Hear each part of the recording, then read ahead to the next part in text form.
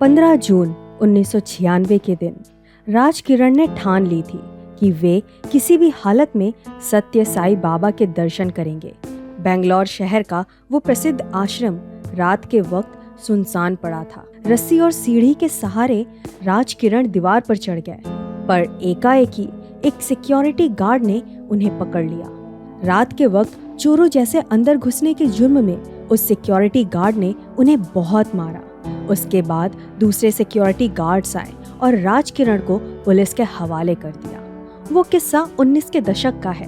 भारत छोड़ने के कुछ साल पहले एक वाकया ऐसा हुआ था कि उसके चलते आश्रम चलाने वाले लोगों ने उन्हें आश्रम में घुसने का प्रतिबंध लगा दिया था। दरअसल एक दिन वे शराब के नशे में आश्रम गए और नशे की हालत में अनाप शनाप बातें करने लगे थे। उस घटना के बाद राज किरण का वहां जाना मुश्किल हो गया। इस वजह से उन्हें चोरों की भांति वहां घुसना पड़ा, परंतु पुलिस वाले ने उनकी एक नहीं सुनी। लगभग 30 दिन जेल की हवा खाने के बाद पिताजी ने उन्हें रिहा कर दिया। कहा जाता है कि इंडस्ट्री का कोई भी इंसान उनसे मिलने जेल नहीं गया, बजाय दिलीप कुमार के, जिन्होंने उन्हें एक कॉल जरूर किया था।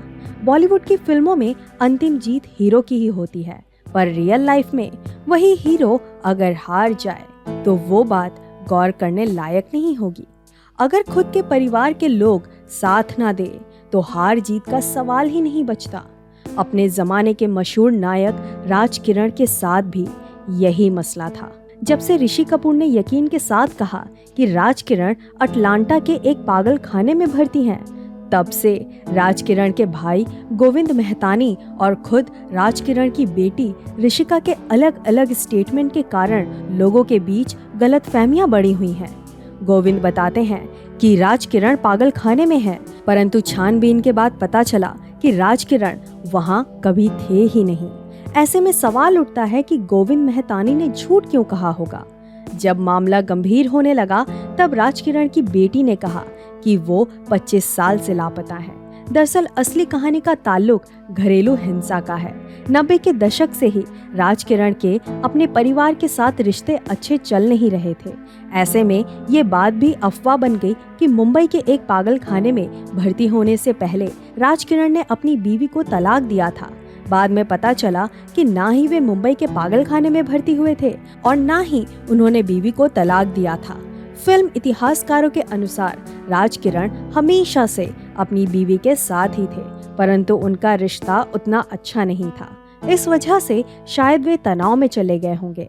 अमेरिका बसने के बाद उन्होंने ड्राइविंग का भी काम किया। इस पर ये सवाल उठता है कि अगर राज किरण के घर वाले और ससुराल वाले पैसे वाले थे तो उन पर ड्राइवर बनने की नौबत क्यों आई होगी।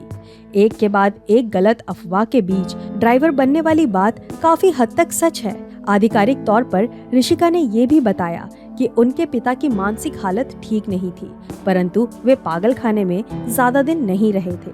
तो अंततः ये कहना सही होगा कि पागल खाने वाली बात पूरी तरह से झूठ है और 25 साल लापता रहने की बात सच है, क्योंकि राज किरण के घर वाले नहीं मानते कि वे अब इस दुनिया में मौजूद नहीं हैं। घर वाले उनके जन्म दिवस पर हर साल उन्हें याद करते हैं। इस अलगाव के कारण राज किरण की बीवी रूपा ने भी दूसरी शादी कर ली है।